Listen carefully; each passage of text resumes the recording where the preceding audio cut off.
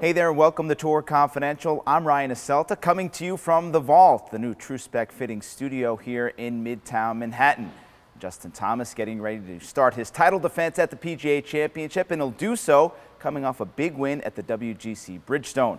Here to talk about JT and some of the other storylines heading into the PGA Championship is the Director of Instruction at Manhattan Woods Golf Academy, Jason Birnbaum, and Golf.com's Josh Burhow. And guys, JT, a very impressive 69 on Sunday, commanding win at the WGC. Josh, his third win of the season, 9th win of his career, and now he heads to Bellerive looking to defend his title coming off a win. Does that make him the prohibitive favorite this week? You know, there's very few guys I'd actually put in front of Justin Thomas at this point. One of them is going to be Dustin Johnson. He really was quiet all week at Firestone, and then all of a sudden, out of nowhere, shoots 64 on Sunday, and you kind of get reminded of, okay, you know, DJ is still #1. The one thing that I kind of holding against Justin Thomas right now is that major experience. You know, he won the PGA, obviously, last year, but in his 12 other major appearances, he only has one top 10. So I'd like someone with a little more experience there, and it's hard to play in that good of golf 2 weeks in a row. It's hard to win 2 consecutive tournaments, so he's got that going against him as well, but he's going to definitely be up there with the contenders. Jason, let's talk about that. The type of golf he's playing right now and carrying that on this week at Bellerive, trying to put 8 strong rounds together. From what you've seen from JT over the last couple weeks here, what do you like about his game that you could see carrying over? He's doing everything well. I mean, he's not only is he hitting greens and making putts. I think he was 2nd this week in greens and regulation and also 2nd in putting. So when you're hitting that many greens and then converting the putts, I mean, you can't really be beat. He doesn't have a weakness. He hits it far, he hits greens. If he does miss a green, he's got a great short game. He's also really smart. I mean, going into Sunday, 3-shot lead, you know, you'd think you'd have to make birdies to keep sort of going, but he's late tee time, 2 o'clock, golf course difficult, tough pins. He knew he didn't have to shoot under par, and that par was a good score, and he just keeps making par, and sprinkle a birdie in here and there. But the guy, he's not just good, but he's also smart, which is a pretty good combo. Let me ask you specifically about his swing. I think Brandel Chambly said after Sunday that looking at some pictures of Justin Thomas's swing, he has the best highly upright swing since Tiger Woods. Do you agree with the type of thing that Brandel is seeing? And you know, this isn't a huge guy. If you've met Justin Thomas, he's a skinny guy. He's only probably about 5'10", 5'11" at most. Yet he is bombing the ball farther than most of the guys on tour. Yeah, he's got that good build for golf. He's kind of got that sort of lean, but it's just amazing speed for a small guy, a skinny guy that he can create.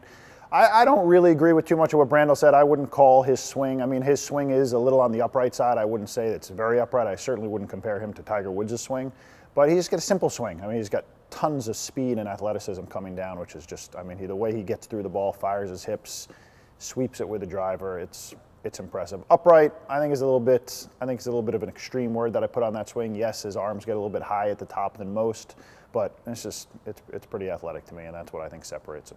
Josh, how much of a challenge is it going to be this week for JT as defending champ, balancing those duties with that title, but also he's back to #2 in the world with the chance to retake #1. The last time this happened, it got to his head a little bit at the match play, and he talked about he was upset with himself thinking about being #1 so much. Can he juggle everything going on away from the course and play some solid golf? You know, you almost wonder if the win at the Bridgestone adds more pressure or alleviates some of that pressure. But the one thing Justin has going for him is the last 5 times he's held the 36-hole lead or co-lead, he's converted and won that tournament. He's 25. That's remarkable to have that kind of clutch gene right now. He shouldn't be winning that frequently and closing that well for someone his age. So if he's doing that, I mean, I think he can be okay. So Justin Thomas comes in as one of the clear favorites. Let's talk about Rory McIlroy, who was in the final pairing on Sunday at the Bridgestone with Justin Thomas, and McIlroy just simply faded. And we've seen a lot of this now, Jason, from Rory McIlroy. We saw it at the Masters, has not been able to close as well as he used to. He hasn't won a major since 2014.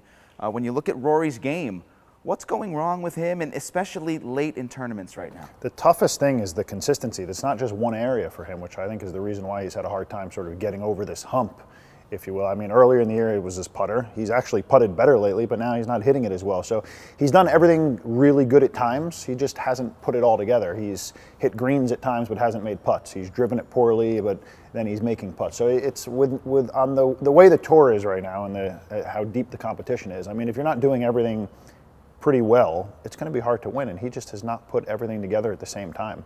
He's close. I mean, we're talking about how much he's struggling, and he's still top 10, so he can turn it on and flip the switch at any time. But yeah, he's consistency is really where it's at for him, if you ask me. Josh, what do you think? Do you agree with that Rory almost has to be perfect at times because of the depth on tour? I mean, we've had these teases from him where he makes a run. We saw it at the British on Sunday. He ran to the top of the leaderboard and then faded because he didn't have 3 or 4 more consistent holes in his game. You know, you wonder if Rory puts a little too much pressure on himself. He said before, recently, that, you know, golf isn't #1 for him anymore. You know, he's got other things. He's got a family now. He's got a wife.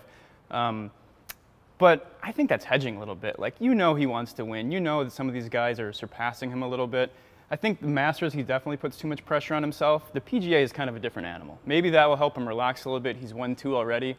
And maybe he just has to win a little differently now. I mean, the one win this year at Bay Hill, he was 2 back in that second to last group, shot 64 and chased down Henrik Stenson.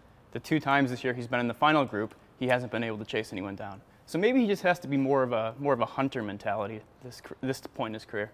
Rory heading into the PGA. Tiger Woods also going. We went all this time without even mentioning Tiger. Quickly, Tiger faded over the weekend after showing some good golf Thursday and Friday at the Bridgestone.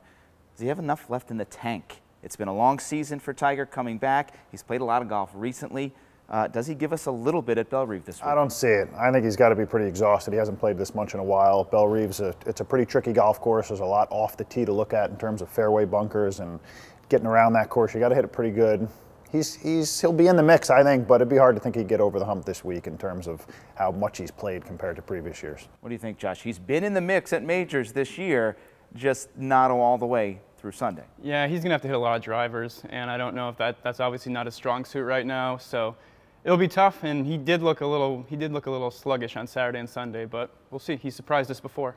All right, no sluggishness from you two this morning, getting ready for the final major of the year. Josh Burhow, Jason Birnbaum, thanks for being with us, and thanks again for joining us on this edition of Tour Confidential. Be sure to join us next week right here on Golf.com.